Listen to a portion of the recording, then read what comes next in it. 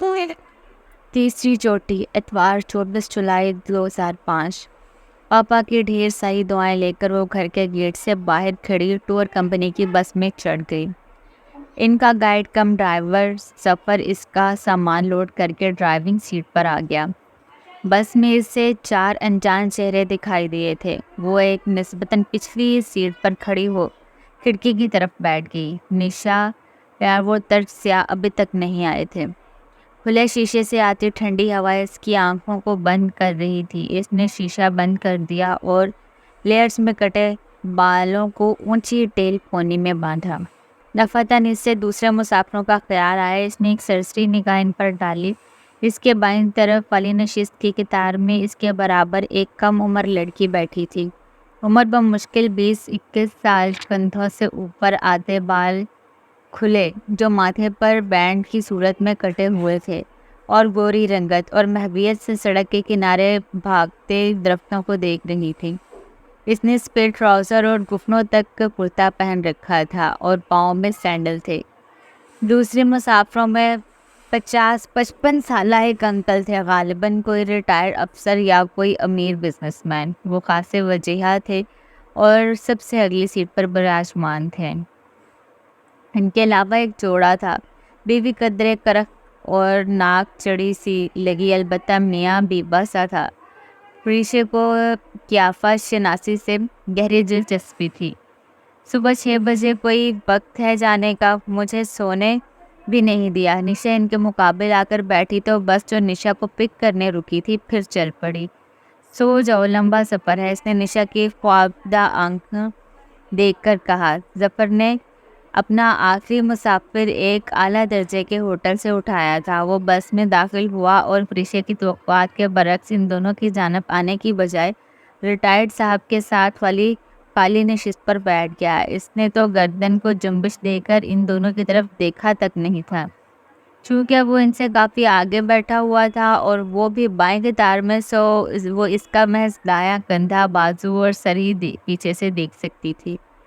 Light brown shirt, سفید pant, وہی کل والی سلیو لیس ہلکی سی ٹورسٹ جیکٹ، گردن میں لٹکتا مفرل، پاؤں میں جوگرز، وہ بہت اچھا لگ رہا تھا۔ ہاں، آج اس کے سر پر ایک پک اپ بھی تھی۔ وہ کچھ دیر اسے دیکھتی رہی، پھر نشا کی طرح سو گئی۔ کوئی 2 گھنٹے بعد اس کی آنکھ کھلی۔ وہ لوگ ابھی تک حالت سفر میں تھے۔ نشا جاگ چکی تھی۔ اس نے چور نظروں سے افق کو دیکھا۔ وہ اپنے سیل فون کے بٹن سے کھیل رہا تھا۔ سنو پری، تمہیں یہ شخص اچھا نہیں لگا؟ نہیں، میں ان کا ذکر نہیں کرنا چاہتی۔ وہ کھڑکی کے باہر دیکھنے لگی۔ مگر میں کرنا چاہتی ہوں، نشا باضد تھی۔ ٹھیک ہے، پھر جا کر اس کے پاس بیٹھ جاؤ۔ بقیہ سارا رستہ خاموشی سے کٹا۔ دن چڑھے بس پشاور کی حدود میں داخل ہوئی۔ سڑکوں پر خاصا رش تھا۔ اپنے جوبن پر چمکتا سورج شہر کو جھلسا رہا تھا۔ کتنی گرمی ہے یہاں، حالانکہ پشاور پہاڑوں پر واقع ہے۔ یار، اس سے ٹھنڈا تو ہمارا اسلام آباد تھا۔ نشا کو اپنا شہر یاد آیا۔ ٹور کمپنی نے پہلے سے ایک متوسط درجے کے ہوٹل میں ان کی بکنگ کروا رکھی تھی۔ اس ہوٹل کے باہر تنگ سی سڑک پر بے تحاشا رش تھا۔ سڑک کے اچھے خاصے حصے پر ریڑھی والوں کا قبضہ تھا۔ گاڑی ایک ڈھلوان پر چڑھ کر ہوٹل کے پارکنگ ایریا تک آئی۔ وہاں گاڑیوں کی ایک لمبی قطار تھی۔ ناٹ بیڈ، بس سے نکل کر نشا نے تبصرہ کیا۔ پری ہوٹل کی بلند عمارتیں دیکھنے کے بجائے اس سکون کو محسوس کر رہی تھی جو اتنی دیر ایک ہی جگہ بیٹھے رہنے کے بعد کھڑے ہو کر اس کی ٹانگوں کو ملا تھا۔ ترک سیاہ ان دونوں سے فاصلے پر کھڑا، سفید جینس کی جیبوں میں ہاتھ ڈالے، آنکھیں سکیڑے اطراف کا جائزہ لے رہا تھا۔ وہ اسے اپنی طرف متوجہ پا کر مسکرایا۔ پریشی نے نگاہوں کا رخ بدل لیا۔ ہیلو گرلز، کیسی ہو تم دونوں؟ وہ ان کے قریب چلا آیا۔ اوہ، تو آپ ہمیں پہچانتے ہیں؟ نشا کو اس کا پورا رستہ انہیں لفٹ نہ دینا بہت کھلا تھا، سو طنز کیے بغیر نہ رہ سکی۔ وہ جواباً ہنس پڑا۔ میں نے سوچا صبح صبح نیند سے بے حال ہوتے لوگوں کو نہ جگایا جائے، ذرا کہیں پہنچ جائیں تو آرام سے گپ شپ کرتے رہیں گے۔ وہ مسکراہٹ دبائے سنجیدگی سے بولا۔ پرشے ان دونوں کو چھوڑ کر اس ٹین ایج لڑکی کے پیچھے چلتے ہوئے سیڑھیاں چڑھنے لگی۔ 246 نمبر کمرے میں پہنچ کر ظفر نے چابی ان کے حوالے کی۔ وہ ٹرپل بیڈ روم ان کو نشا اور اس لڑکی کے ساتھ شیئر کرنا تھا۔ اوکے، شام کو ملاقات ہوگی۔ وفق ان دونوں سے یہ کہہ کر ساتھ والے کمرے میں چلا گیا۔ میاں بیوی سامنے والے کمرے میں چلے گئے۔ میں ڈاکٹر پریشا جہاں زیب ہوں۔ کمرے میں آ کر اپنے لبوں پر مسکراہٹ سجا کر اس نے اس لڑکی کی طرف ہاتھ بڑھایا۔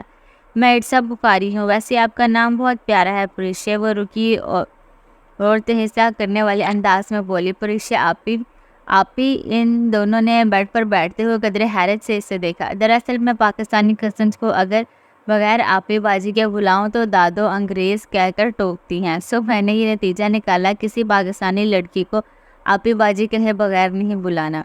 وہ دونوں ہنس پڑیں۔ کھانا انہوں نے ساتھ ہی کھایا، تب تک تعارف کا سلسلہ مکمل ہو چکا تھا۔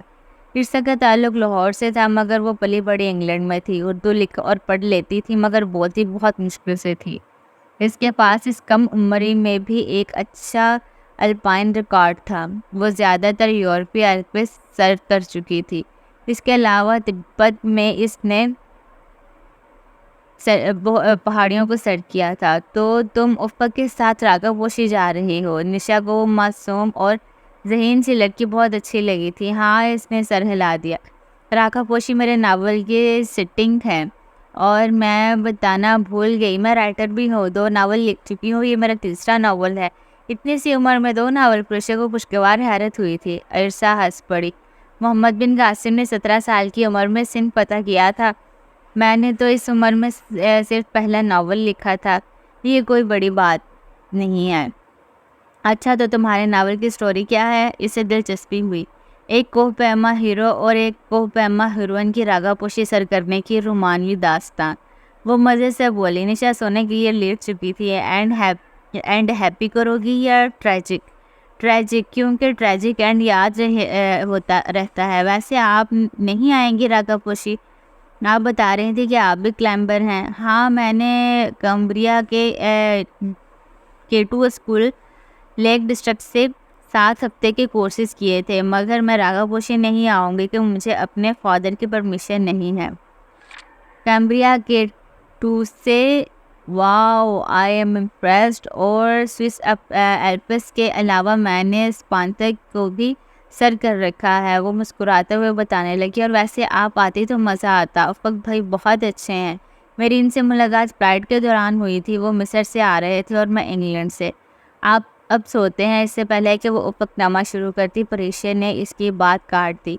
ارسا تابعداری سے بستر پر لیٹ گئی۔ جلد ہی اسے نیند نے آن گھیرا، پھر وہ شام تک سوتی رہی۔ ارسا اور نشا صبح تڑکے ہی اٹھ گئی تھی، اور بآواز بلند گپیں ہانکتے ہوئے انہوں نے اسے بھی جگا ڈالا تھا، مگر وہ آنکھوں پر بازو رکھے سوتی بنی رہی۔ دفعتاً دروازے پر دستک ہوئی۔ پریشا کا دل زور سے دھڑکا۔ اس نے آنکھوں پر سے اب بازو نہیں ہٹایا، مگر وہ جانتی تھی کہ باہر کون تھا۔ وہ دستک نہیں، افق ارسلان کی خوشبو پہچانتی تھی۔ اندر آ سکتا ہوں اچھی لڑکیوں؟ اس کی شرارت سے کھنکنا لہجہ پریشا کی سماعت سے ٹکرایا۔ اس کی آنکھوں پر بازو نہ ہوتا تو وہ شاید اس کی پلکوں کا ارتعاش دیکھ لیتا۔ لگتا ہے اچھی لڑکیوں کے بغیر دل نہیں لگ رہا۔ آؤ بیٹھو۔ وہ اتنا مہذب، شائستہ اور ہنسمکھ تھا کہ نشا اور ارسا فوراً اس کے لیے اٹھ کھڑی ہوئیں اور اسے کرسی پیش کی۔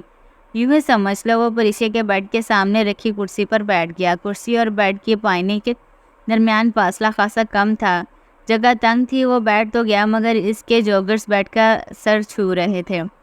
میں اس سفر کو یادگار بنانا چاہتا ہوں، اور بطور ایک اچھے سیاح میں کوئی لمحہ فارغ نہیں بیٹھنا چاہتا۔ سو پھر تم لوگ بتاؤ شام کا کیا پروگرام ہے؟ اسے محسوس ہو رہا تھا کہ بولتے ہوئے بھی بھٹک بھٹک کر افق کی نگاہیں اسی کے چہرے پر پڑ رہی تھیں، جو اس نے اپنے سفید بازو کی اوٹ میں آج چھپا کر رکھا تھا۔ کمبل بھی گردن تک لے رکھا تھا، صرف چہرے کا نچلا حصہ کھلا تھا۔ پری اٹھ جائے تو کوئی پروگرام بناتے ہیں، تمہاری دوست بہت زیادہ سوتی ہے۔ اس کے انداز سے پریشا کو لگا وہ جان گیا ہے کہ وہ سو نہیں رہی۔ نہیں، آج بس ذرا تھک گئی ہے۔ تم اپنا پروگرام بتاؤ۔ میں آج تمہارے پشاور کے بازار میں یہی کینٹ اور صدر وغیرہ کھنگالنے کا سوچ رہا ہوں، باقی ٹورسٹ اٹریکشن کل دیکھوں گا۔ تو پھر ہم تینوں بھی آپ کے ساتھ ہی چلتے ہیں افق بھائی۔ احمد صاحب اور افتخار فیملی کی مرضی، وہ جہاں بھی جائیں، یا پھر ان سے پوچھ لیں۔ ارسا متضرر سی تھی۔ وہ کپل بہت ریزرو ہے، وہ یقیناً ہم سے گھلنا ملنا پسند نہیں کریں گے۔ احمد صاحب تو آدھا گھنٹہ ہوا کہیں چلے گئے، پھر ہم چاروں ساتھ چلتے ہیں، مگر وہ ایک لمحے کو رکا، پری کے کان کھڑے ہو گئے۔ مگر کیا ہو سکتا ہے، تمہاری دوست کو کوئی اعتراض ہو رہا ہے؟ نہیں، وہ بہت نائس اور سویٹ ہے، اس سے کوئی اعتراض نہیں ہوگا۔ ویسے نشا، مجھے بہت خوشی ہوئی تھی جب تم نے مجھے بتایا کہ تمہاری دوست میری بہت تعریف کر رہی تھی۔ پریشا نے ایک جھٹکے سے کمبل اتارا اور تیزی سے سیدھی ہوئی۔ میں نے ایسا کب کہا تھا؟ افق کا کہکا بے اختیار بلند ہوا۔ اسے اپنی حماقت پر شرمندگی ہوئی۔ نشا اور ورثہ قدرے حیران تھیں، انہیں ابھی لطیفہ سمجھ میں نہیں آیا تھا۔ تم اٹھ گئی؟ میں سمجھی سو رہی ہو، میرے سر پہ جو تم لوگ گول میں اس کانفرنس کر رہے ہو، میں بھلا کیسے سکون سے سو سکتی تھی؟ اپنی شرمندگی چھپانے کو اس نے غصے کا سہارا لیا اور بستر سے نیچے اتر آئی۔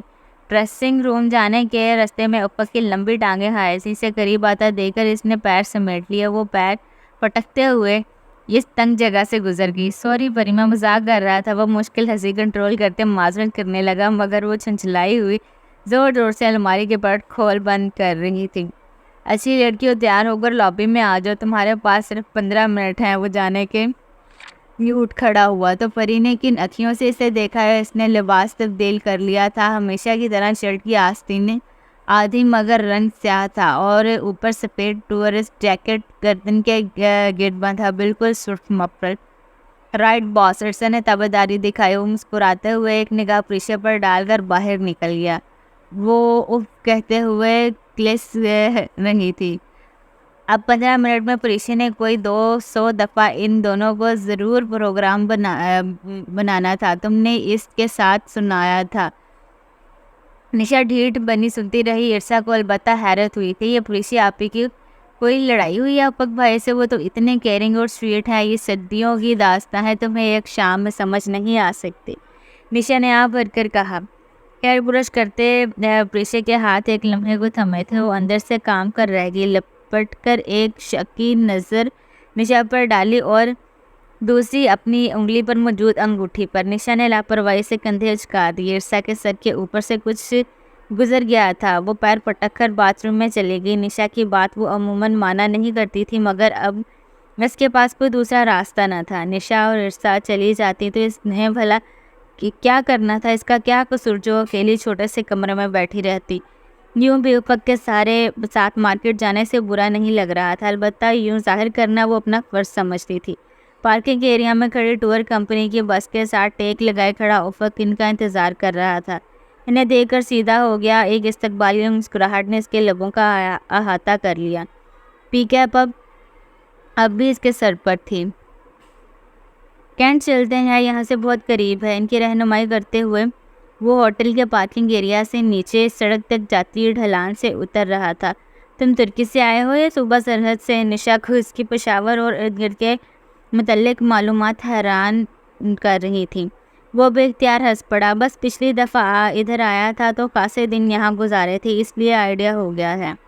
پچھلی دفعہ کب آئے تھے؟ 2 سال پہلے۔ وہ لوگ ڈھلان اتر کر نیچے سڑک پر آ چکے تھے۔ سڑک اچھی خاصی کھلی تھی، مگر پھولوں کی ریڑھیوں اور خوانچہ فروشوں کے باہمی تعاون سے اب بہت تنگ ہو چکی تھی۔ اس جگہ ہوٹلز تھے یا پی سی او؟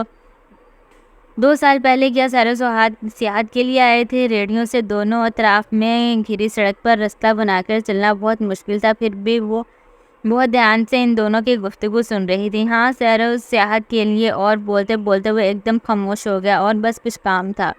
وہ صاف ٹال گیا تھا۔ نشا اخلاقیات سے اتنی تو آگاہ تھی ہی کہ اگر وہ ٹال رہا ہے تو اس کا تفصیل نہ ہی پوچھے۔ افق نے ٹیکسی روکی۔ ٹیکسی والا انگریزی سے نابلد سو کرایہ کا معاملہ نشا نے ہی طے کیا۔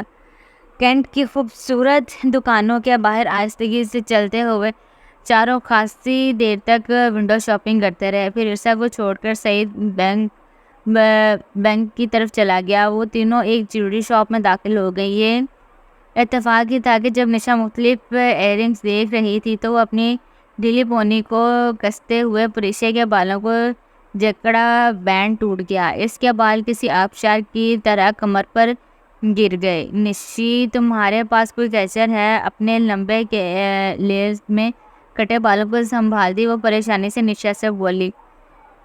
اپنا خریدتے ہوئے تمہیں موت پڑتی ہے؟ وہ بہت مصروف تھی، سو گھٹ سے بولی۔ دفع ہو جاؤ، وہ بڑبڑاتے ہوئے سامنے شوکیس پہ پڑے باکس میں رکھے کیچرز اور پونیاں دیکھنے لگی۔ یہ کیسا؟ اس نے چونک کر سر اٹھایا اور ہاتھ میں ایک کیچر لیے اسے دیکھ رہا تھا۔ اس نے نظریں جھکا کر کیچر کو دیکھا، وہ سلور کلر کا تھا۔ اس کی ایک طرف گول بڑا سا فیروزی رنگ کا پتھر جبکہ دوسری طرف سبز اور نیلا 2 رنگا پتھر جڑا تھا۔ اچھا ہے، اس نے خوبصورت کیچر لینے کے لیے ہاتھ بڑھایا۔ افق نے وہ اس کی ہتھیلی پر رکھنا چاہا، پکڑتے پکڑتے وہ زمین پر گر گیا۔ وہ گھبرا کر چھپی اور کیچر اٹھا لیا۔ اس کے 2 رنگے پتھر کے درمیان ضرب لگنے سے ایک ہلکی سی سیدھی لکیر پڑ گئی۔ ٹوٹ تو نہیں گیا؟ وہ پوچھ رہا تھا۔ اس نے نفی میں گردن کو چنبش دی، پھر اسے نظر انداز کر کے سیل مین سے قیمت پوچھی۔ 250 روپے۔ افق نے پیسے دکاندار کی طرف بڑھائے۔ سوری، یہ میں خود خریدوں گی۔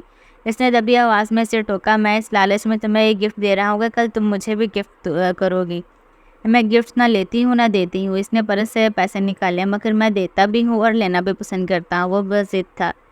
اسے نظر انداز کرتے ہوئے اس نے پیسے سیل مین کو تھمائے۔ خاکی لفافے میں پیک کیا گیا کیچر نکال کر بالوں میں لگایا اور نشا کی طرف آ گئی۔ عرصا کے آنے اور نشا کی شاپنگ مکمل ہو جانے کے بعد وہ لوگ باہر نکل آئے۔ باہر اندھیرا پھیل رہا تھا۔ شاپس کے اندر اور باہر روشنیاں جگمگانے لگی تھی۔ اسٹریٹ لائٹ اور سائن بورڈز بھی روشن ہو گئے تھے۔ رات کے کھانے کے لیے میں تم لوگوں کو پشاور کے بہترین ریسٹورنٹ لے چلوں۔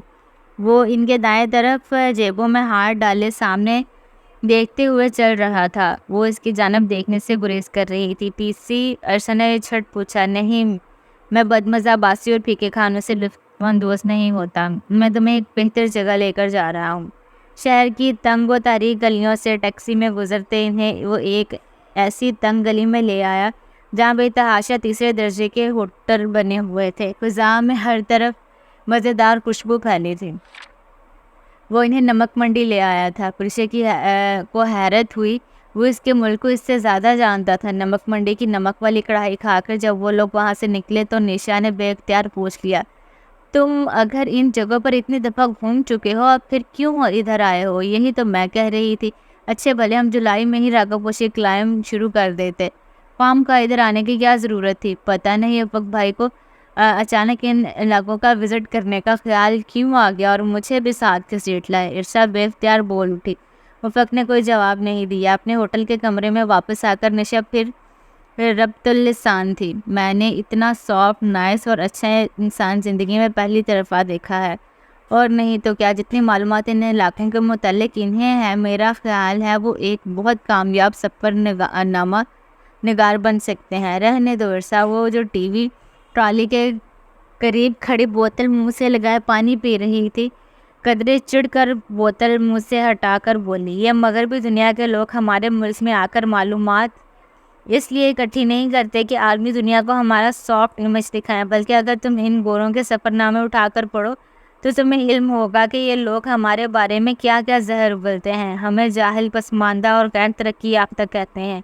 ہمارے یہ افق ارسلان بھی ترکی جا کر یہی کام کریں گے، سفر نامہ لکھ کر عالمی برادری کو یہ بتائیں گے کہ ہمارا ملک کتنا قدامت پسند، غریب اور سہولتوں سے نابلد ہے، یہاں کتنی گندگی اور بدنظمی ہے، یہ سارے ایک جیسے ہوتے ہیں، پروپیگنڈا کرنے والے۔ بوتل رکھ کر وہ پلٹی تو ساکھ رہ گئی۔ افق لب پیچھے دروازے کے بیچ کھڑا تھا اور یقیناً ٹیکسی کا کرایہ ادا کرنے کے بعد انہیں شب بخیر کہنے آیا تھا، اور چونکہ وہ عرصا کے لیے انگلش میں بات کر رہی تھی تو نہ سن لینے کا تو کوئی سوال ہی پیدا نہیں ہوتا۔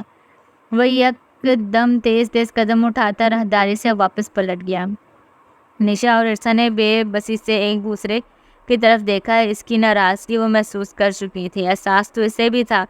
اندر سے وہ بہت پشیمان اور بے چین تھی، مگر خاموشی سے لیٹ گئی اور تکیہ منہ پر رکھ لیا۔ تمہارے پیسے؟ نشا نے اس کے بیڈ سائڈ ٹیبل پر 250 روپے رکھے تو اس نے حیرت سے تکیہ چہرے سے ہٹایا۔ کون سے پیسے؟ وہ اس چیڑی شاپ والے نے واپس کیے تھے، کہہ رہا تھا کہ تم نے زائد دیے ہیں۔ تم اس وقت عرصا سے بات کر رہی تھی، میں دینا بھول گئی۔ اس کے انداز میں ہلکی سی خفگی تھی۔